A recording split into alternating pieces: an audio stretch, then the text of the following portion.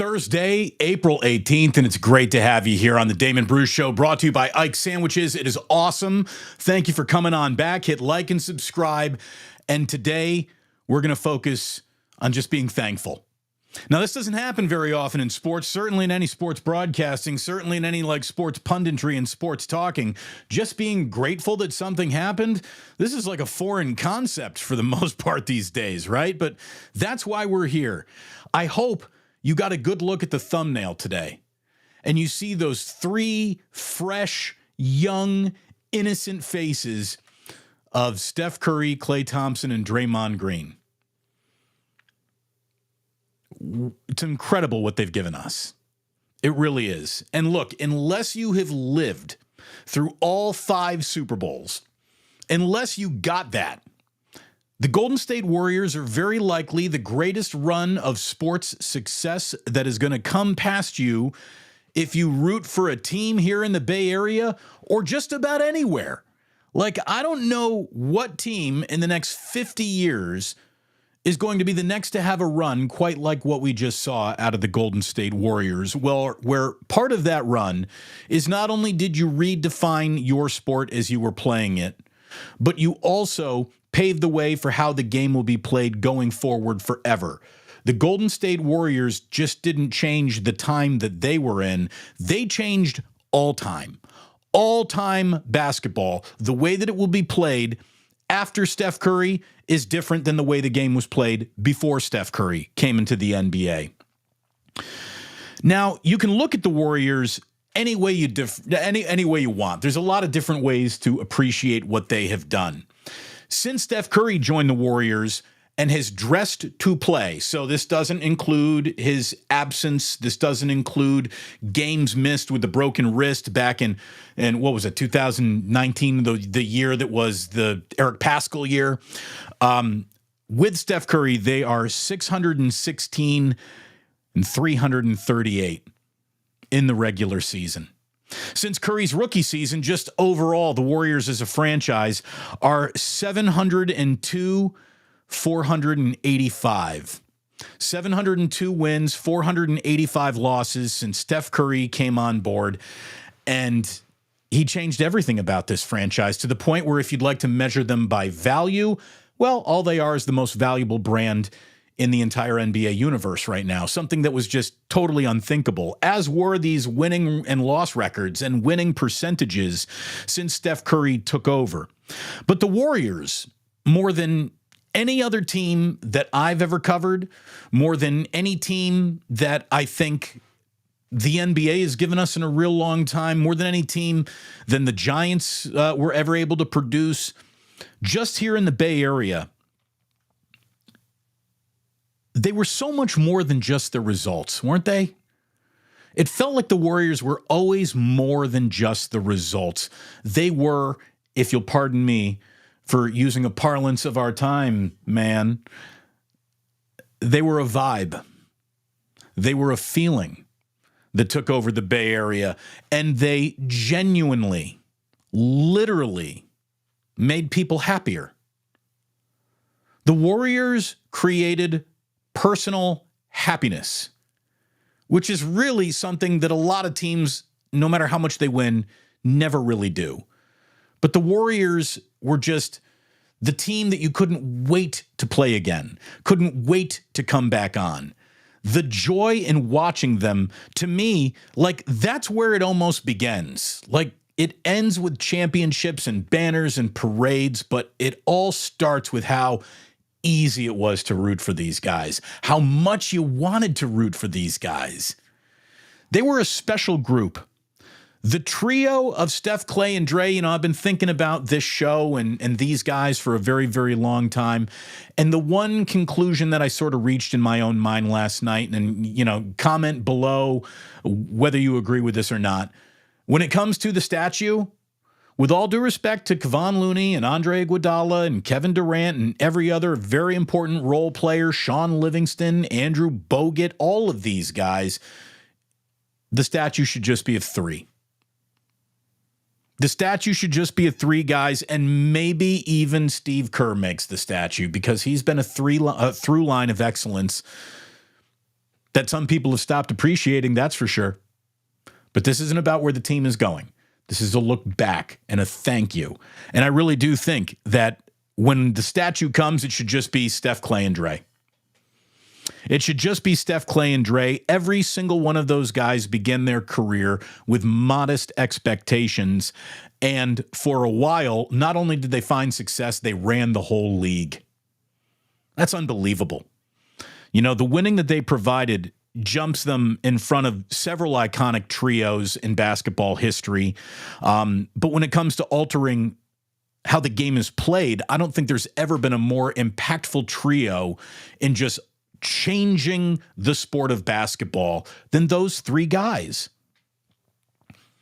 Not only did they change the game here locally, and the Warriors meant more than ever, globally, they mean more than ever. And the other historically significant force that they ran up against, well, they altered his career more than anything else. And that's LeBron James. The Warriors taking 3 out of 4 from LeBron in Cleveland is a fork in the road of NBA history. It's certainly a fork in the road of all of their legacies, and it's a massive... The reason why people aren't just comfortable saying after the entire body of work, LeBron James is the single greatest basketball player of all time and Michael Jordan is still the man on top, it's because the Warriors put massive dents into the LeBron James argument. I don't know if anybody else could have done that. What is also wildly impressive, I think, about this Warriors team, and another reason why that we have to appreciate how long they were able to stay good, is because they're really the first great team that it's lived its entire life cycle in the social media era. They really are. You know, the Patriots, it felt like that started before social media mattered. Maybe you could say it's, you know, the Kansas City Chiefs or the NFL's version of this.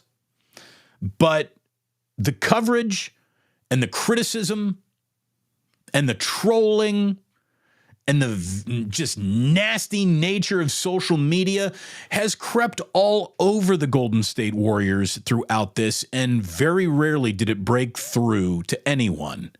For the most part, the Warriors have handled an incredibly toxic, evolving moment in the history of sports media, and they've done it pretty well, pretty damn well, with aplomb, as they might say. By the way, in just, you know, the need to be totally honest with you of all times, I was up early this morning. I drank my entire carafe of coffee. This is water. So sip of the day is off the board. That was just a sip of water, which can never be a sip of the day, as far as I'm concerned. The Warriors did a hell of a job in the most toxic sports universe anyone's ever played in, and they've done an incredible job. Again, I hope you get to see that thumbnail. I hope you can appreciate how we've watched these guys so much in their life. We have seen them go from boys to men in this league. You know, we've watched these guys, Steph, Clay, and Draymond, grow up, get married, have kids. In Klay Thompson's case, he got a dog and got a boat instead of the wife and the kids. But that's Clay, and it's why we love him.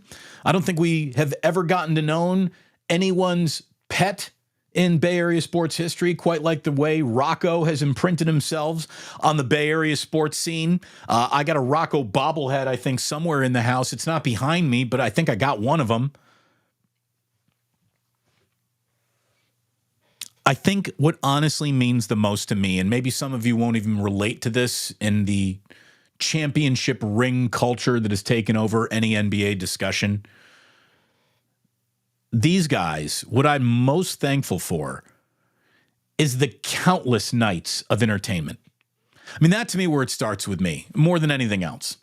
The countless nights of being fascinated. What are the Warriors going to do? What time's that game start? I got to watch that. Can't miss the fourth quarter. Curry launching threes. I mean, it was intoxicating. I'm a basketball junkie. And because of that, I'll tell you, it blurred the line of any semblance of professionalism I ever tried to apply where, you know, I don't root for the team that I cover. I've done a pretty good job leaving that wall of journalistic integrity, even though I'm not a real journalist, between me and the teams that I cover. But the Warriors, they chipped away at me to the point where I was rooting for them. They have made me jump off my couch more than any other team that I've certainly covered, that's for sure. And maybe that's just the nature of basketball, but God, the ride was just so fun.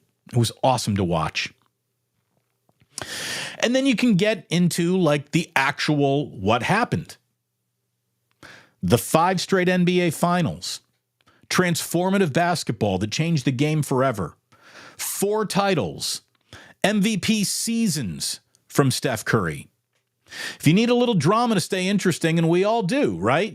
Just a story of nothing but good guys is kind of a boring story. Every story needs a Darth Vader, and I'm not saying that Kevin Durant was a Darth Vader, but it turned the Warriors for a little while into the bad guys, and all of a sudden this young, up-and-coming team that people liked rooting for were now something else. They got this mercenary in Kevin Durant, and the KD run provided spectacular basketball and drama, and the breakup, which was at the centerpiece of drama that is, still lingering around the Warriors today. I guess the drama is really lingering around Draymond more than anything else, and he remains. When I think of all of it, when I close my eyes and you just, there are no right or wrong answers. It's the Rorschach test. I'm showing you an ink blot. What do you see? Is this a butterfly? Is this 2 camels? What do you see when I close my eyes and in my mind's eye and you say, Golden State Warriors dynasty? What's the first thing you think of? And I have been to NBA Finals games. I have been in championship parades. I've been very lucky to have a staggering amount of access to this team as all of this has happened. Yet my single biggest Golden State Warriors memory of this entire run was sitting in Jillian's studio apartment saying, we can't go out to lunch yet because I got to finish this Warriors Thunder game happening in Oklahoma City, and Steph Curry, Mike Breen, the double bang, bang, bang.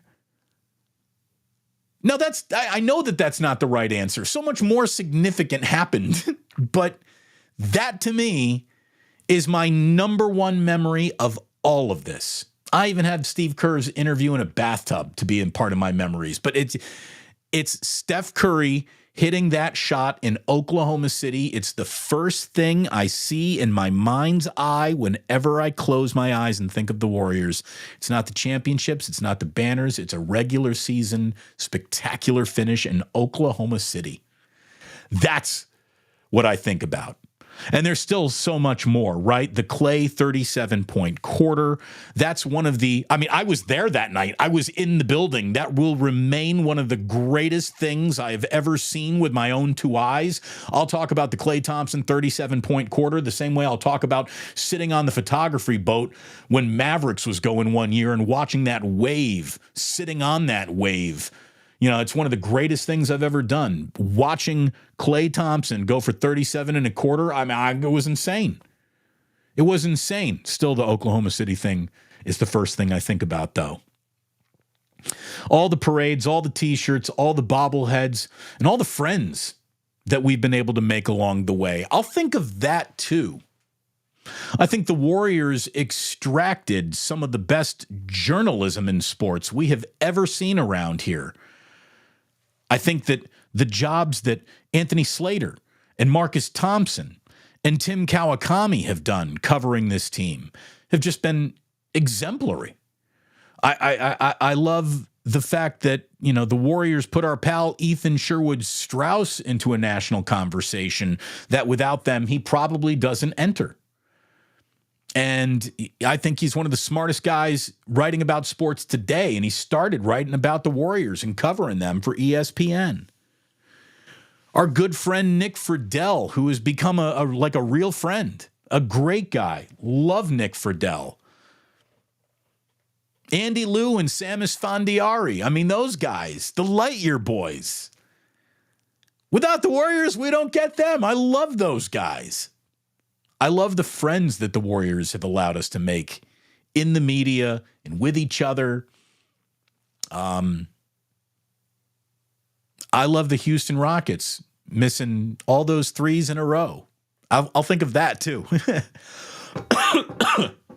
One of the greatest Warriors accomplishments is the ending of the Los Angeles Clippers as we knew them and the destruction of the Harden era Chris Paul Houston Rockets as we knew them.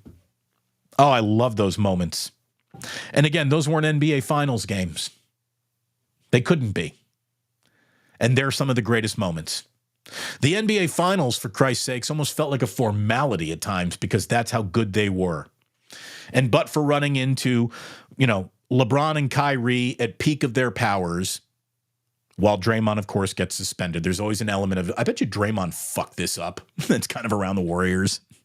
But we love him. With all of that, there was, of course, the popped Achilles of Durant and the torn ACL of Klay Thompson. And that's a reason why those two titles didn't come home. But I mean, almost a formality is how good they were for a while there. I love Tim Roy. I'm so glad that Tim Roy got this. Tim Roy spent more years doing great play-by-play for lousy basketball teams, and then he finally got the run of a lifetime thanks to the Warriors. So we got a lot of time to talk about what happens next and what the proper, correct next steps for them to take are and how they look at this. And, I know that they're saying all the right things, right? They want Klay Thompson back. Curry said that. Steve Kerr has said that.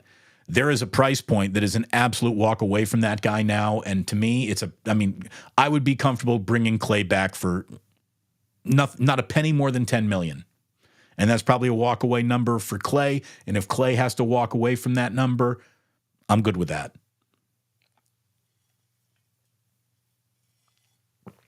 But that's not what this show is. That's not what this channel is about today. This is about appreciating what we just saw. What we just saw was entertaining, was historic, it was done right, it was homegrown, it was smart basketball, it was Bob Myers and Joe Lacob coming together at a moment in time where everything broke in the Warriors' direction, and then they didn't do anything to screw it up until Draymond starts yelling at Kevin Durant that one day down at Staples Center. And that was kind of the beginning of how it's going to end. And the fact that they got another championship out of it is still incredible. And it speaks to the three that are Steph Curry, Klay Thompson, and Draymond Green and what they meant together. For a moment in time there, these guys were just unstoppable. And even if you think you might stop them, somehow they figured it out. It was unbelievable. You know who's really going to miss the Golden State Warriors? I mean, really going to miss the Golden State Warriors? Network executives. I saw Ethan Sherwood Strauss share this, that NBA viewership, even though attendance was through the roof, NBA viewership dropped 1% this season across ABC, ESPN, and TNT. Now, that's not exactly, cataclysm. That isn't dropping 1%. Okay, you're going to survive that. But it's worth noting that it's the worst NBA viewership on network TV in recorded history. It's the Golden State Warriors that would always help that number. What will this league look like without them? I couldn't help but notice that regardless of the opponent, when we go back and we look at like the 20th highest rated games in the last, 20 years, Steph Curry's in most of them. The Golden State Warriors drew a level of attention not only to themselves and to their own product, but to the league globally that I don't think we still appreciate or necessarily understand. And they're the NBA equivalent of the New York Yankees, which is amazing because for such a long time, all they were were the Golden State Warriors, and you couldn't find a team that mattered less than the Golden State Warriors for so long. And look at what they've become. I mentioned this with Kruger the other day. Outside of the New England Patriots, going from nobody gives a shit to that's the model franchise. The Warriors and the New England Patriots are the two most unbelievable pendulum swings of excellence I've ever seen, going from total can't get it right to swing it over here to now everybody's trying to be you. It's unbelievable. And I'll tell you, I know it's very in vogue to bag on him, to not like the way he benched Curry too long in that Sacramento game, to complain about the rotations, to complain about not getting TJD back out there. I did it myself. It's been really easy to point and criticize and say, Steve Kerr this, Steve Kerr that. Let me tell you what Steve Kerr also was. He was the perfect balancing beam on which all of this kept its equilibrium for longer than most teams will ever be allowed. You know, Steve Kerr might kill you with a little bit of stubbornness, but believe me, he's also killed so many with kindness that this man is going to be beloved, and rightfully so, by anyone who appreciates excellence. Excellence is not sustainable forever, kids. You know, sometimes you got to say goodbye to that great coach to evolve. I'm not saying the Warriors are there yet. They just signed Steve to a contract, right? But he still says all the right things. He sets all the right tone all the time. All the time. He's already saying we need Clay back. That's what he said to Anthony Slater. I know he had a tough night tonight, but he represents for us spacing. We're not a deep shooting team. We're a little top heavy. Clay's presence means so much to the spacing of our floor. Steph Curry said, I can never see myself not with those two guys. I hear you, Steph. Steph Curry seems to be one of those loyal to a fault guys. It's why I don't think he's ever going to ask to go play in another team for another situation in another uniform.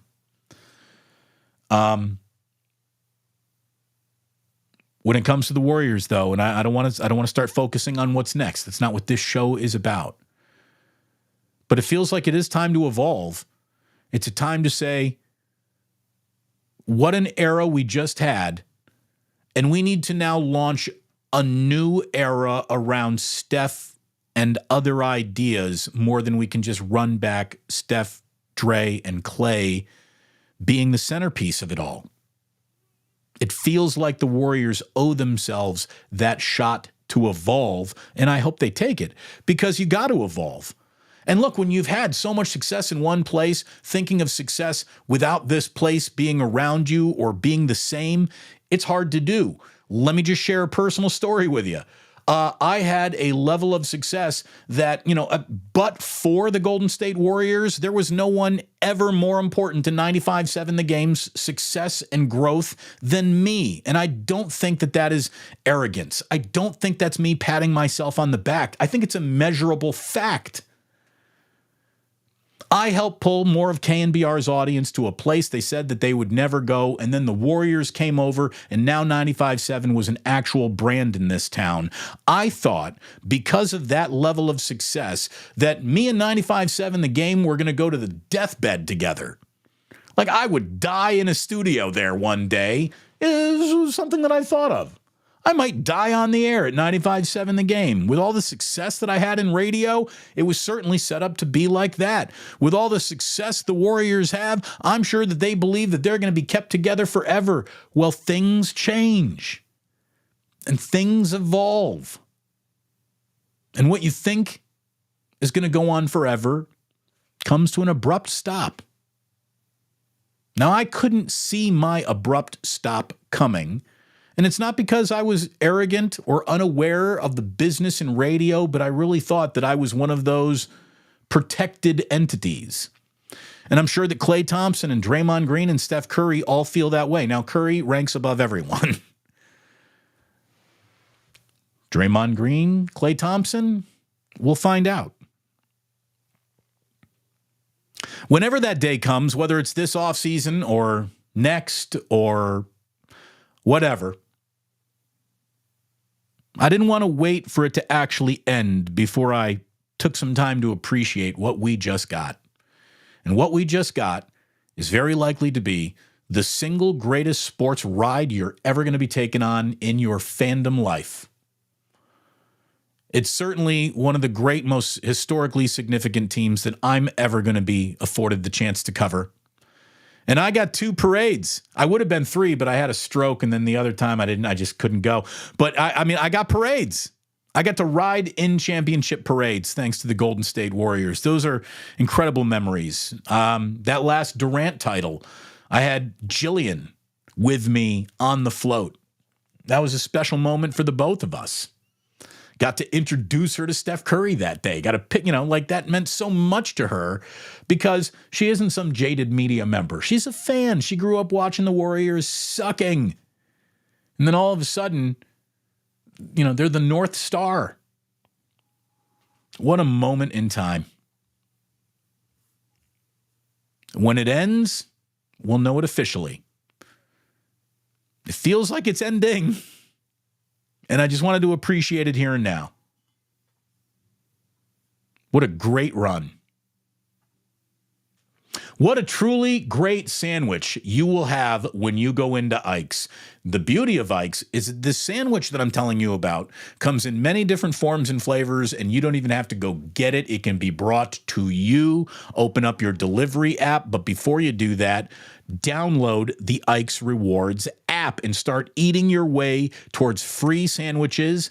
Ike's Rewards points can greatly affect how much money you spend on these sandwiches. When you accrue enough of them, trust me, you want to be on that app.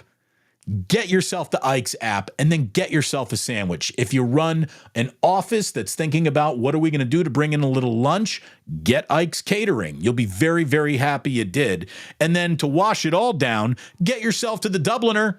Oh, man, the official bar of the Damon Bruce Show, the Dubliner in West Portal. We will be heading on over as a group soon. Can't be this weekend. Daddy's going to Vegas, baby. But it's going to be soon. I was talking to Larry Krueger about what we want to do together this upcoming season. We're planning things. We've been talking about the Dubliner. So there's a lot that's going to happen there. And I want to thank the Dubliner again for supporting the show. I want to thank all of you for supporting the show with your likes and your subscriptions and your super chats and memberships, which are available. And I thank you so very much for coming on back here day after day after day and being a part of this show, this community. It is a special one. What an incredible chat we have. Now, I'll tell you, the thing that makes this chat so special is had I done the segment that I just done, right, on the air, there would have been a whole bunch of just cynical people saying, David, get off your memory lane nonsense and let's talk about how this team can get back. What I love about this room, what I love about this group is that there is a level of appreciation. You're all old enough, just a little smart enough, just a little experienced enough to not be running around like some jackass who, if they win it all, they're awesome. If they don't, they suck.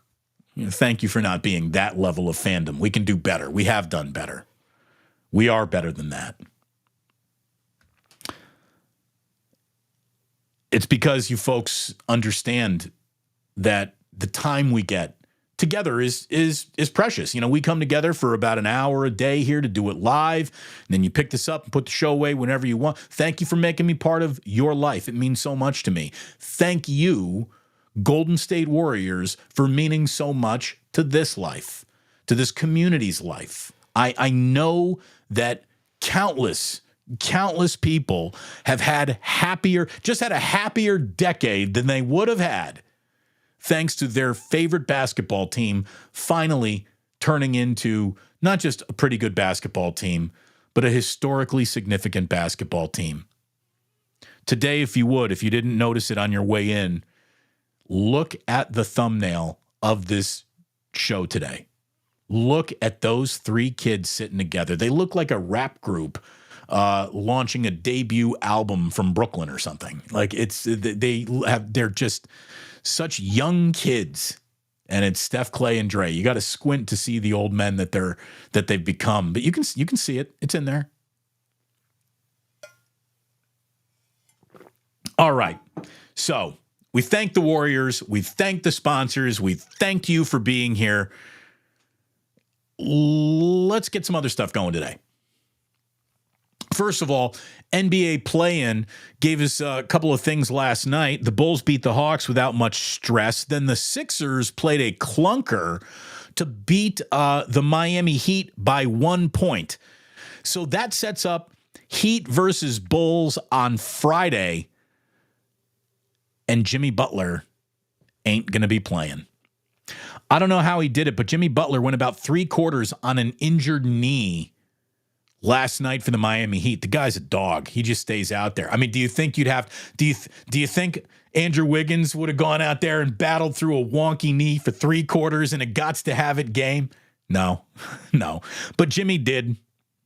But because of that, his knee is bad. And Jimmy Butler is now going to miss weeks, according to Shams. Sprained MCL.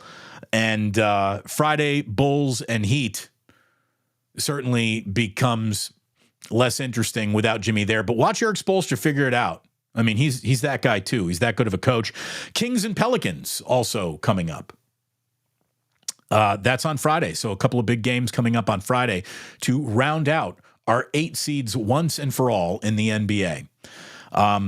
The other NBA story to share with you here today is that we officially have a player who has been banned for life.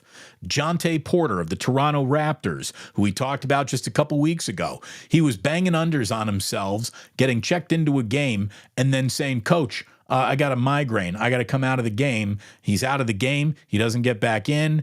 All bets are action. He cleans up on all of his unders with parlays that he has action on, and the NBA caught him red-handed. He's not only betting on games, he's betting on his own production in games, and he is betting on the underproduction, which means he's playing.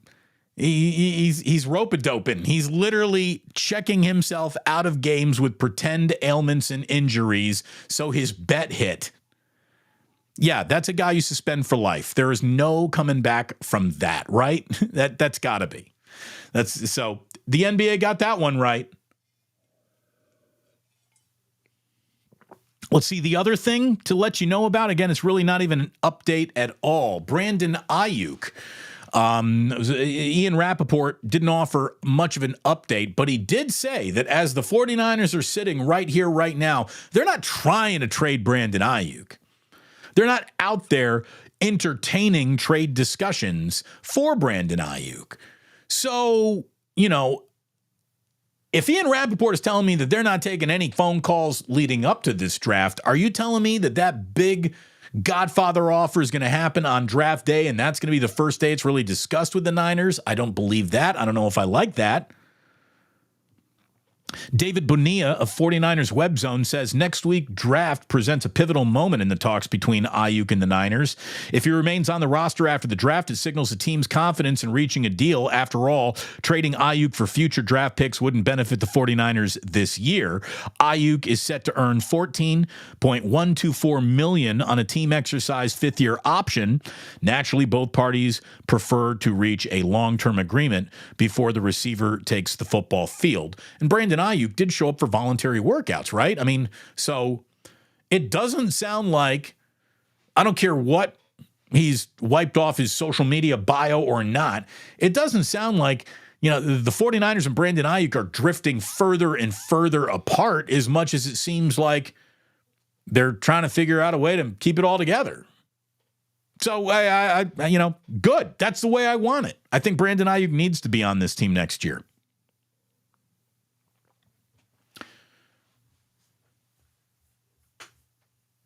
R.I.P. Cougar Rebel says, Damon, no statue for Zaza? I'm sorry. Zaza's not on the statue. So sorry. I love Zaza. You can keep Zaza in your heart. Not on the statue. I I really think it should only be 3 guys.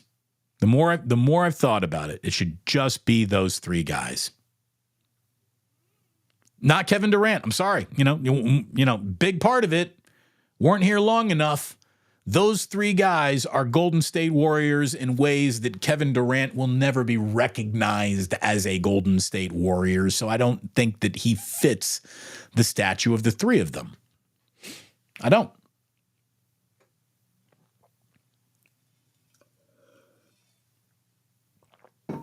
All right. So on to the one other thing that I wanted to, this would have been my main topic, but then I thought this is not a thumbnail that people are going to be clicking on. I don't know. Or maybe they would, because everyone likes an awkward interaction, and we officially got one. I've never been much of a press conference guy. Now, that's because, I enjoyed better access thanks to being an afternoon drive talk show host where, hey, I don't have to sit here and try to gangbang Steve Kerr with 17 other people asking questions. I'll just wait till he comes on my show and get a 20-minute long one-on-one interview with him. I had incredible access there to, Bay Area athletes, coaches, executives, to where I wasn't at a lot of press conferences, didn't need to be. The most amount of time you saw me in a press box or in a press room is because I stuck around for a post-game, let's see who says what, but I would never really ask any question. Again, why am I going to ask a question here of Steve Kerr when I got him on my show, tomorrow afternoon? That's the way I always felt about it. I don't want to join an avalanche of questions. I want a one-on-one. And for years in a row, I got them. The other reason why I don't do an awful lot of press box hunting, sitting, and hanging out with the assembled media, really, is because, and I really mean this from the bottom of my heart, it doesn't apply to everyone, but it does apply to most. You'll never find a bigger group of dorks, virgins, and socially awkward people than the people who cover sports. I mean, Dorcas Malorcas everywhere you look sometimes. Socially awkward. I mean, it's like, how are you a journalist? How are you in the business where talking to people is part of your business? It doesn't make an awful lot of sense when you look around the room sometimes. You got to go to like a Dungeons and Dragons card room to find a more socially awkward room. Having said that, that is hardly exclusive to the Bay Area. It happens everywhere. Now, the tone of the room gets much more intense and angrier and a chance to become mean on the East Coast than it does in the Midwest or even on the West Coast. That's really the difference. How much socially awkward interaction is going to be, replaced with not passive-aggressive questions, but aggressive questions. That's the difference between the East Coast and everywhere else when it comes to social sports media. I'm guessing a lot of you heard the name Greg Doyle for the first time yesterday. Greg Doyle writes for the Indianapolis Star. He's been there for a long time. And because of that, I know Greg Doyle very well. I mean, he writes an awful lot about Indiana. Before he came to the Indianapolis Star, Greg Doyle was at the Kansas City, Register. He was part of a very good team there. So I've been reading Greg Doyle for a long time. And I'll tell you that as far as sports writers go, Greg Doyle's better than most. He is. He's good. I like him. My biggest problem with Greg Doyle, and I would have said this before yesterday, and it came back to bite him in the rear end yesterday, is that his biggest problem is that he tries to be too cute. He tries to be too cute, either with the turn of a phrase, which I guess you can't really hold against a writer, but you can tell when it's coming from like I got a clever idea, or I'm just trying to be cute here. Greg Doyle tries to get a little too cute at times. Cutesy, cutesy. Aren't I clever? Aren't I cutesy, cutesy? Yesterday, Caitlin Clark is at her introductory press conference for the Indiana Fever. And of course, the Indianapolis Star sends their best sports writer down to cover this biggest story now in Indianapolis. It's literally Caitlin Clark coming to the Indianapolis Fever is probably the biggest sports story in Indianapolis since Peyton Manning were there. Okay? So that's how big of a deal she is there. It's definitely the biggest star associated with the city of Indianapolis since Peyton Manning.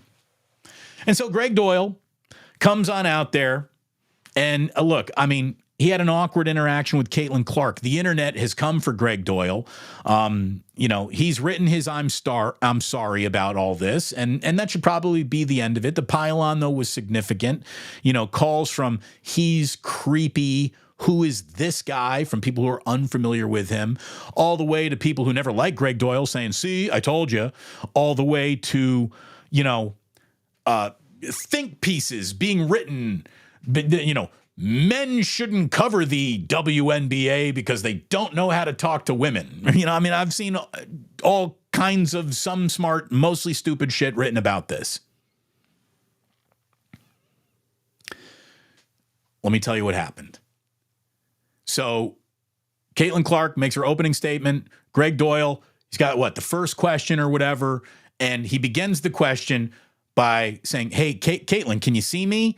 And then he does the heart hand thing. I've never even done this before. Tell me if is that it?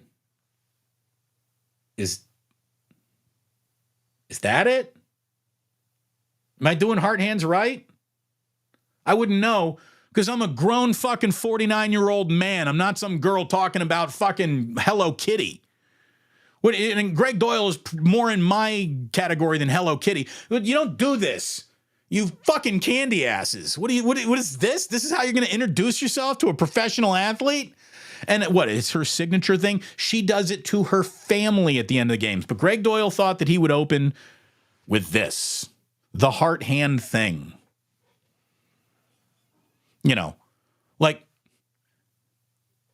What are you going with hieroglyphics for? You got words. You're a writer. Use them.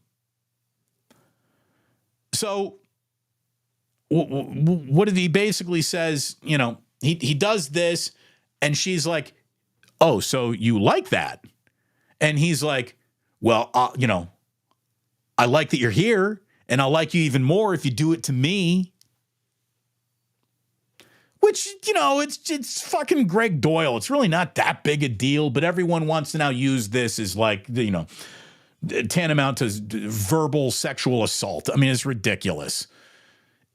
And it was a little creepy all at the same time. And it was definitely unprofessional and it's out of place and it shouldn't happen in a press room. But the amount of, as I said, socially awkward dorks and virgins, and I don't know which of all three of those boxes Greg Doyle absolutely checks or doesn't. He's a little dorky. I do know that. He has since gone on to write, his apology and try to explain that he was just trying to connect and make her comfortable and let her know that he cared a lot and da. He writes, today, in my uniquely oafish way, while welcoming Caitlin Clark to Indy, I formed my hands into her signature. My comment afterwards was clumsy and awkward, and I sincerely apologize. Please know my heart, literally and figuratively, was well intended. I will do better. And then he writes a much longer column. And, he landed, I think, the apology well. It wasn't that bad all around, but, the internet is savage and it distorts things and exaggerates things and makes everything bigger than it needs to be. And I'll tell you how much of all the women who are shaming, there's a woman named Emily Adams who writes for the Hartford Courant. And now if you cover sports for the Hartford Courant, covering women's college basketball is probably part of the deal. And she writes, the extra infuriating thing about this is the asker is not some rando with a blog. Indy Star does Pulitzer-winning sports journalism and still. Now, she's totally right about that. this was an unbecoming moment for the paper of record in the city that this is happening in. And then she says, if outlets aren't sending diverse reporters with experience and expertise in women's sports, they're not equipped to cover the WNBA. Emily, the fact that people who don't cover the WNBA are now covering the WNBA is everything that you were fucking asking for the last 20 years. And now that they're in the room, the dorks, the versions, and the douchebags are going to be in there. And that's how they operate. That's what happens. That's what happens. Instead of being a scrum of women covering women's basketball, you're inviting everybody into the tent now. You wanted to be famous? You want attention? Here it is, sweetheart. It isn't always smooth. This is how it goes. You are going to get weirdos, random weirdos. Some of them who are the lead writers at Pulitzer Prize-winning newspapers, they're the random weirdos too. That's how this works. The bigger of a topic you become, the more douchebags come into the room to cover it. There is no world in which you have to be trained to cover the WNBA. I'm going to tell you right now, if the WNBA is that difficult to cover, we can just get rid of it. What, are you serious? You got to be trained specifically on how to cover the WNBA? What are you talking about? I mean, it's ridiculous. They're not equipped to cover the WNBA. Unbelievable.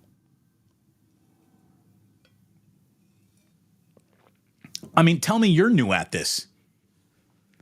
If you don't realize that you are sitting in Loserville. That's kind of what it is. It's kind of what it is. And by the way, anyone who is in that clique of local journalists who happens to be watching this today, if you are offended by this, you're one of the losers and the dorks and the virgins. And if you're not offended by this, congratulations, you see it too. And you're not, and you get it. Unbelievable.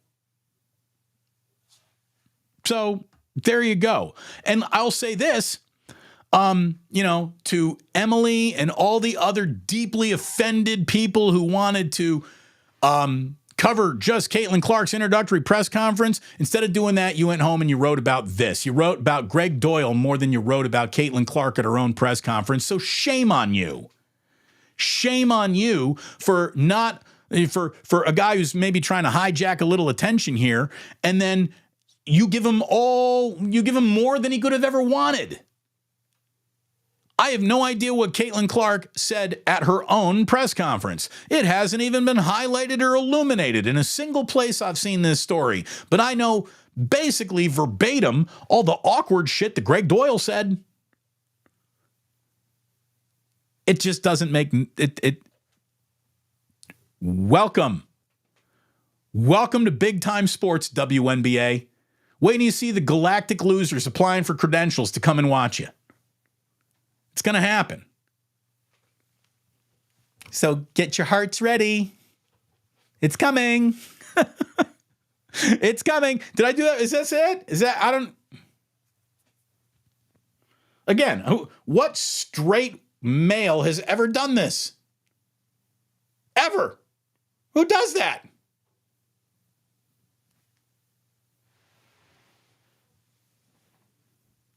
I feel like that's something that the lady would make as you're buying your Hello Kitty on your way out.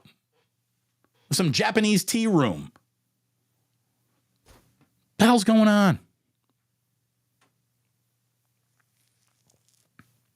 Oh, I see. So, Smiley Dan says, somebody's got to get a screener of Damon with the heart thing.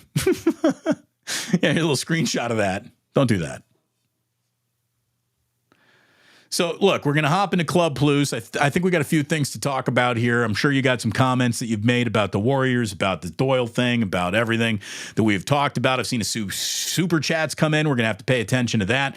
Let me wrap up with this. We got a little baseball news for you. Diamondbacks and Giants, Logan Webb on the bump tonight. Giants are back after a 3-3 road trip. So we'll see what they do on this extended homestand that they got coming up. And finally, yesterday at Fenway, the fastest 9-inning game in 14 years was played. 1 hour and 49 minutes.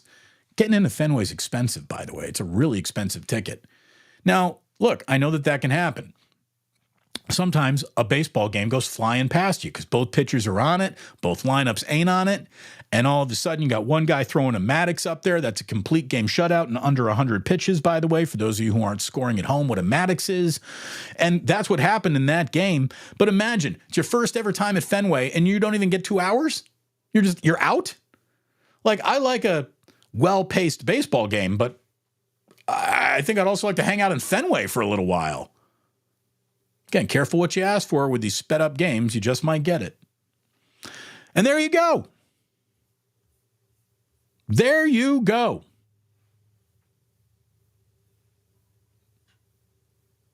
If you're listening to the podcast today, thank you so very, very much for tuning into the podcast. If you're on YouTube, we're about to hop into Club Plus. But in the meantime, thank you for tuning in. Like and subscribe, all of those things. Share with your friends, talk amongst yourselves, and remember that sports don't build character. They reveal it. And like that, he's gone. All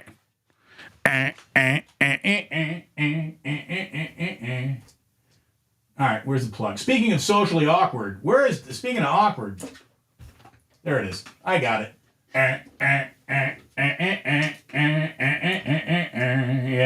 Oh, yes. Yes. Yes. What do we got here? Stacy Leo, afternoon drive home for years, listening to Damon on the Game. Those were good old days. They really were, but you got to change. You got to evolve. Nothing gold can stay, pony boy. Thank you. Thank you, Harry. Yeah. When it comes to the Warriors, you're right. You true greatness. You got it. Baron. Irwin, coincidence? Damon leaves 95-7 the game. The Warriors' golden era pretty much ends as well. No coincidence at all. That happened. Maybe it was Ratto. Maybe Ratto was the center of excellence. I don't know. What a ride for us Bay Area babes, from sucking to our North Star. What a ride. Thank you, Michelle. Michelle's an appreciative person. You can tell just meeting her, she's wired to appreciate things, and I'm glad you did. And Michelle, she was sitting in the top deck of Oracle Arena before any of this started. So that's why it means so much to her. Harry, I absolutely got the Pony Boy reference. Absolutely. Stay golden.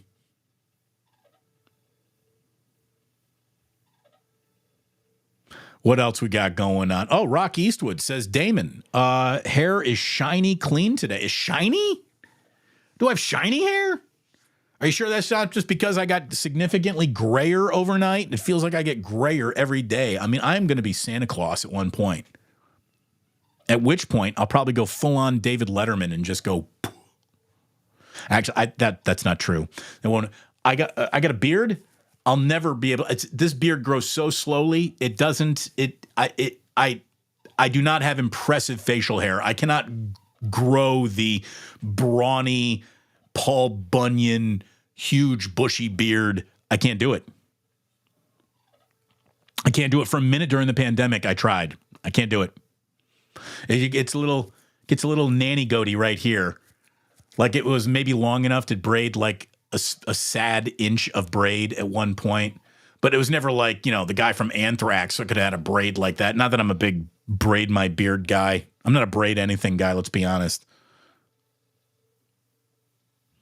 Rock Eastwood's like, oh man, those spree days sucked, right? Remember? I mean, the Golden State Warriors for a long time were simply Latrell Sprewell choked Greg, who was that? Oh, God. I almost said Greg Popovich, but it wasn't. It was PJ Carlissimo. My friend John Clark used to do this whole skit in college where he had a Jerry curl wig and he would put it on. He would be Latrell Sprewell and he would run around chasing Coach Papalissimo. It was funny. I'm glad I look at it this way. I'm glad it wasn't taped. We would all be unemployable today had it been taped. Sergio, he saw it saying, man, that's a great thumbnail. Isn't it incredible, that picture of Steph, Clay, and Dre? They're babies. Looks like they're sitting on high school bleachers, too. Thank you very much, Postman and Capitola. A half an hour of Warriors member berries. Fun to appreciate their success. Also, I think your lighting is off today. Was my lighting off today? Maybe that's why my hair was shinier than normal. Hopefully the show hasn't glitched today. I know we had a glitch yesterday. I don't know what that was. To solve any and all glitches, I did the one thing that I know how to do. I unplugged it and I plugged it back in. Did it work? I hope it worked.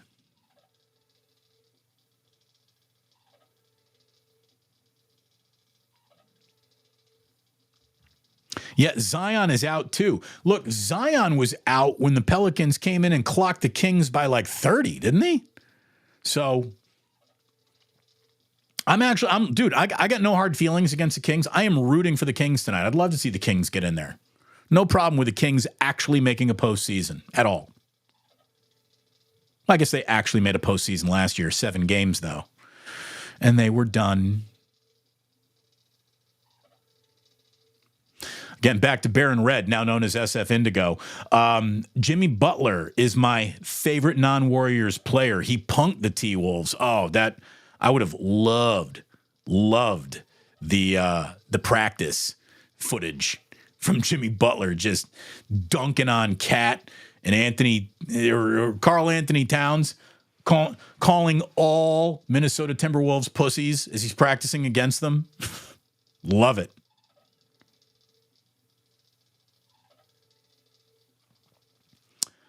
What else we got? JJ Rader wants to know if Jonte Porter tried to blame it on his interpreter. No, unfortunately, everybody speak English, so there's no interpreter to duck behind. There's no fall guy for him to come on out and get behind.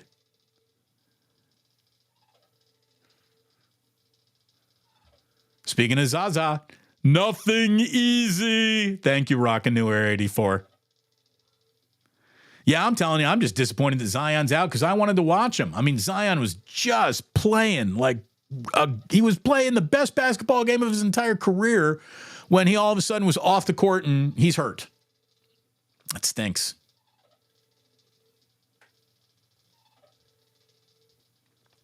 Always good to see you, Chef A. Thank you for being part of this community.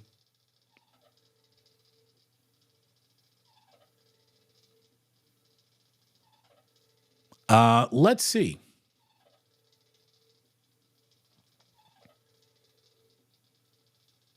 R.I.P. Cougar Rebel saying, what, no love for Andrew Luck? Oh, look, Andrew Luck was the starting quarterback of the Indianapolis Colts, but he was never the biggest name in the NFL. Come on.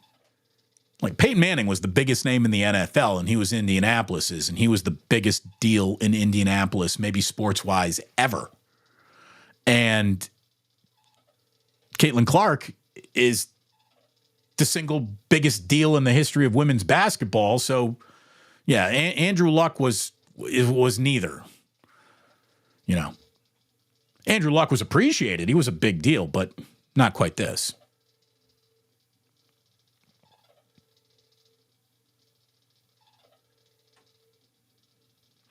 What else we got going on? Sergio Fernandez is holding out hard hands. Oh, that's right. There's a hard hand emoji to let me know how it goes. I think that's it. That looks more like the emoji. You'll never see me do this again. I feel less of a man doing this right now than, I don't know, things. What other things make me feel like less of a man? I'd say all the children's cartoons I'm forced to watch now, but my boys enjoy it so much that just makes me a good dad, and being a good dad makes you more of a man than anything. So there you go. No, that's not totally true. Blippi will make me feel like less of a man. Whenever I'm watching Blippi, I feel like I'm losing drops of manhood. It's being sucked right out of me. That guy prints his own money. But I would never want to have to run around a water park going, woo.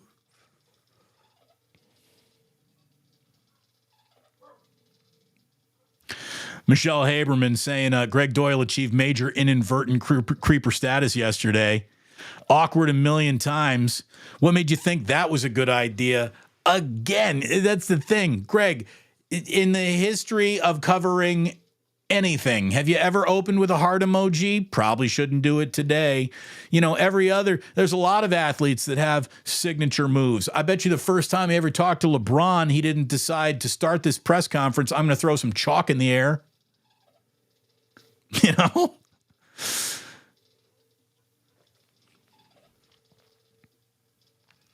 They're going to cancel him now. RIP Cougar Rebel. They're going to try, but the thing is, if you're going to try, they're going to try to cancel you. You better be good at what you do to stick around. And like I said, Greg Doyle is good at what he does.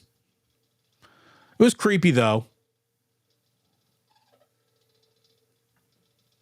And then, he followed it up by saying to the coach, you got the keys to that. What are you going to do with it? And he's talking about Caitlin Clark like an object. Again, I understand the question and where it came from. Basically the question was, hey, you've just been handed a nuclear reactor. What are you going to do with it? That's what he's asking. He's not trying to turn Caitlin into an object. But of course, now everybody's mad.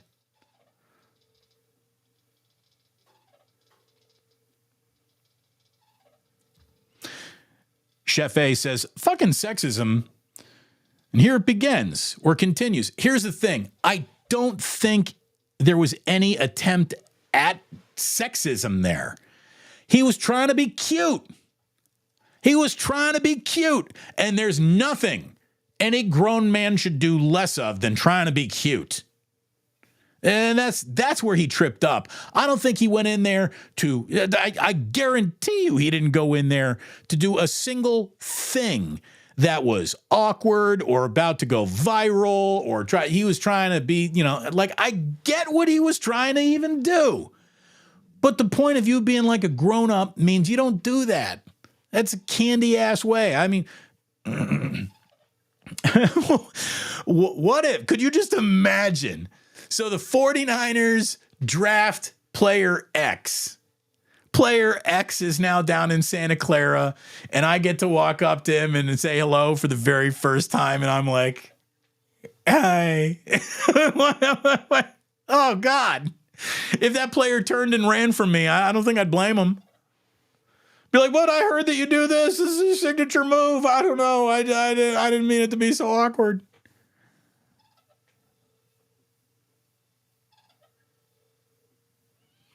I mean, yeah, this is the way that it should have been approached. Old Dirty Hungus sums it up well. Hey, Greg Doyle, we're handing you the biggest story in sports. Don't fuck it up. Here's the crazy thing, though. What this will do, and what I'm sure is probably about to happen, is Greg Doyle is now going to get a one-on-one with Caitlin Clark where he's going to, do the big apology, and the two of them actually now might bond and form a relationship, and maybe someday Greg Doyle writes the book on Caitlin Clark's WNBA career, and hardy har har, it began with all that awkward interaction. But the amount of people today who have never read a single column out of him trying to turn him into a sexual predator, that's what's gross. It's just as gross as his opening salvo was awkward.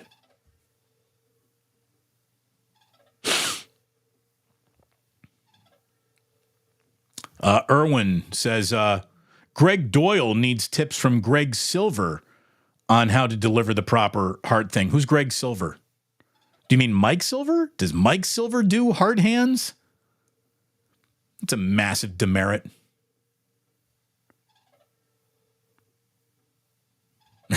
Again, Sergio, thank you for watching. Love you. You just proved to me that you don't know what we're talking about, or you don't know the players involved. Greg is not getting the shitty assignments. In a world of we don't pay our journalists anything, I guarantee you he's the highest paid sports journalist in the state of Indiana, writing in a newspaper. So Greg Doyle is a name that matters in Indiana. He really is.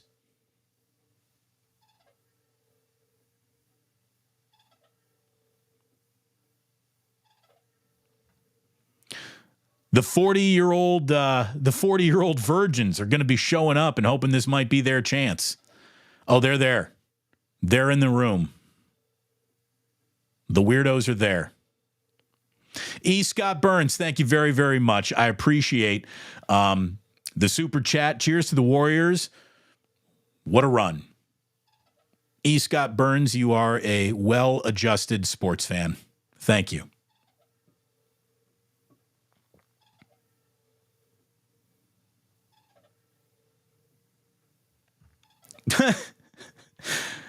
Gareth, yep.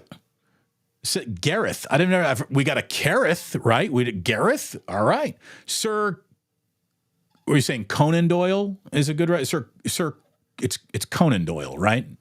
Not Connor Doyle, but thank you.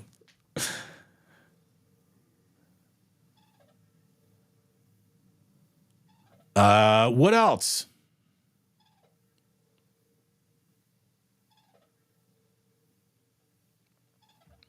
Says Damon, you're doing the Diamond Dallas Page cutter there. What was the cut? Was the cutter?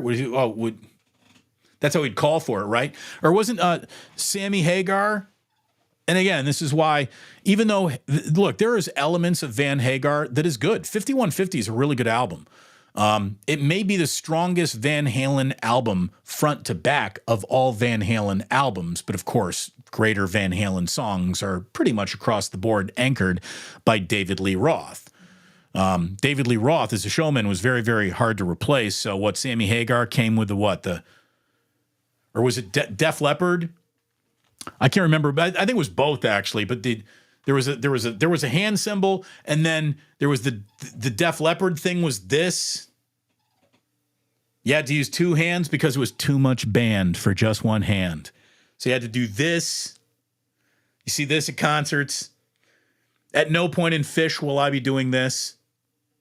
Unless they start playing Pour Some Sugar on Me, which look at it this way, it would be the best received song of the entire run at the Sphere.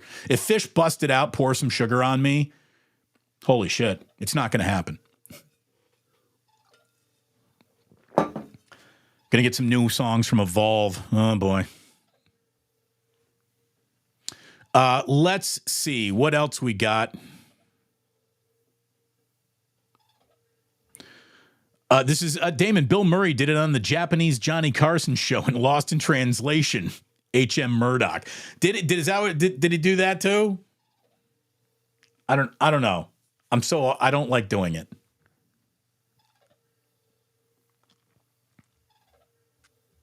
Kitchen Handy says, I am going to Fenway for the first time in May. I'm so excited. Look. Go to the bars on Lansdowne Street over there, Yawkey Way, spend some time, get to Fenway a good couple of hours or stay in the neighborhood a good couple of hours when it's great bar crawling around Fenway. Have a wonderful time at Fenway. The one thing you'll notice is the seats in that park are still made for how small people were back then. It is the tightest seat you will get unless you're out in the bleachers. Like there's no knee room. Like for when you are, if you're in the middle of a row at Fenway and you got to get out to go to the bathroom, everybody has to stand up. There's no room to like just move your knees to the side at Fenway. There's no space. And it's awesome. Fenway is magical. The thing that I think will wash over you, Kitchen Handy, first, when you walk into Fenway Ballpark, I would be surprised if before you even go like, ooh, Green Monster, before you notice anything else, you'll notice how short it is. You know, all these stadiums got huge upper decks, huge upper deck at 24 Willie Mays Plaza. The Coliseum, huge upper decks at Coors and Yankee Stadium, and these massive upper decks, which make the stadium look like a 12-story building, for goodness sakes. Fenway doesn't get much bigger than, I don't know, a parking garage. It's so short. Fenway's so short. I think you'll notice that maybe more than anything else. It's magic. I love it. I hope you like it too. Damon, your camera's looking good today. Well, thank you, Khalil King. Thank you. Thank you very much. I'm glad we're not glitching. Glad it's all working. Ratto's the best. Ratto, he was certainly unique. Certainly unique.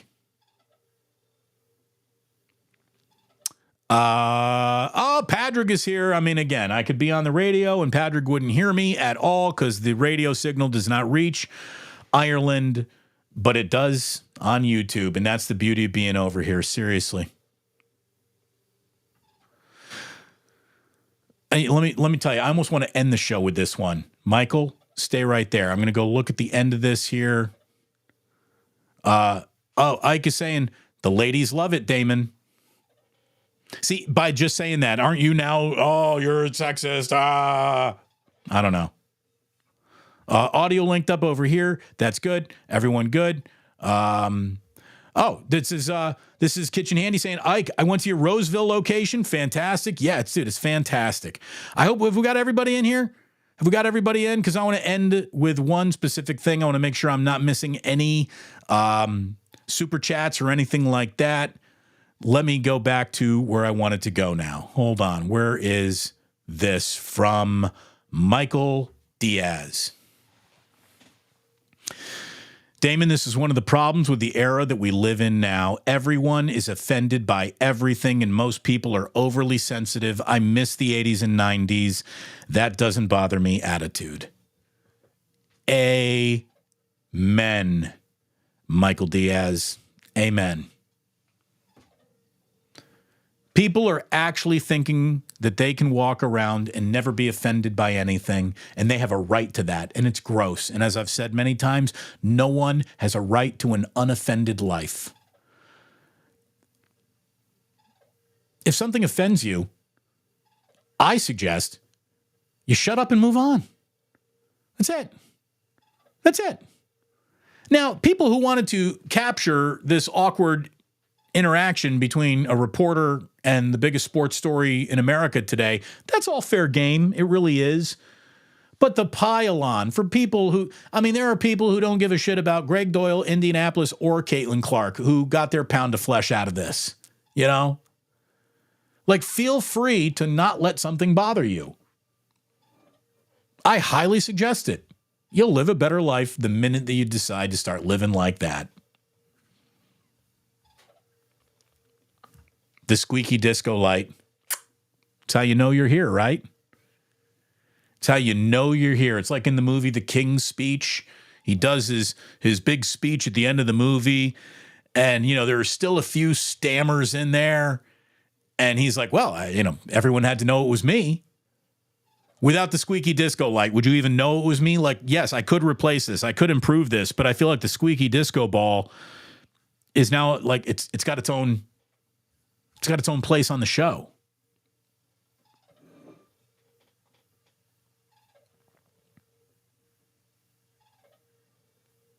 And there it is.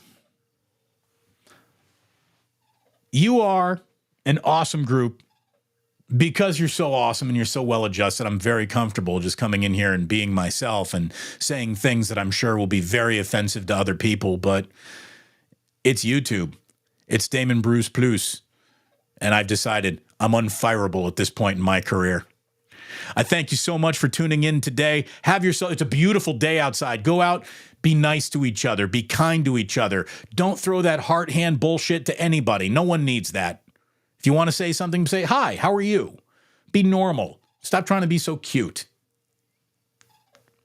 I've already said, Sports don't build character, they reveal it, and you all know that. You're all men and women of incredible character, which is why it breaks my heart to tell you that you don't have to go home.